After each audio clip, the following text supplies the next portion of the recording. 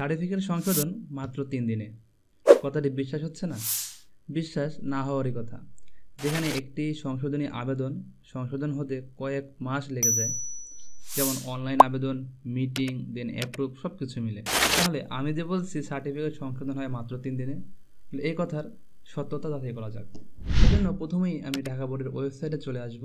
দেন এখান থেকে নাম সংশোধনী আবেদন অপশনে এসে নাম ও বয়স সংশোধন এখানে ক্লিক করব। দেন সর্বশেষ অবস্থা এই অপশনে ক্লিক করে দেব। তারপর যিনি শিক্ষার্থী তার অ্যাপ্লিকেশন আইডি লগ ইন করতে হবে। তো আবেদনের অবস্থা দেখি বন্ধুরা আপনি ইতিমধ্যে বুঝতে পেরেছেন এই আবেদনের বর্তমান অবস্থা।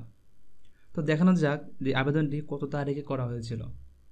তো বন্ধুরা আপনি যদি লক্ষ্য করেন এই আবেদনটি করা হয়েছিল 2025 সালের ফেব্রুয়ারি মাসের 3 তারিখে। তো এর আগে একটু দেখে নেওয়া যাক এই অ্যাপ্লিকেশনে কি ধরনের সংশোধন ছিল।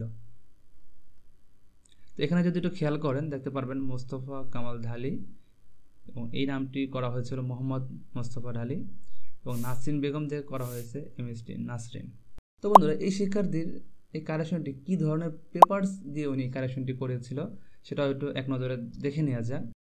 এখানে প্রথমত তার ক্লাস 5-এর সমাপনী সার্টিফিকেট ঠিক করে নিতে হয়েছিল, তার জন্ম সনদ বা বার্থ সার্টিফিকেট তাকে ঠিক করে নিতে হয়েছিল, এবং পাশাপাশি তার পিতামাতার এনআইডি কার্ডও কিন্তু তাকে সংশোধন বা এটা সঠিক রাখতে হয়েছিল।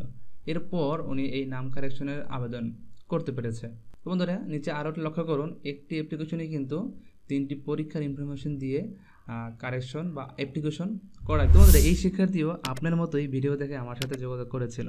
যে কোনো তথ্য জানার থাকলে নক করতে পারেন আমার হোয়াটসঅ্যাপ নম্বরে, অথবা আমার ফেসবুক গ্রুপেও আপনি জয়েন হতে পারেন।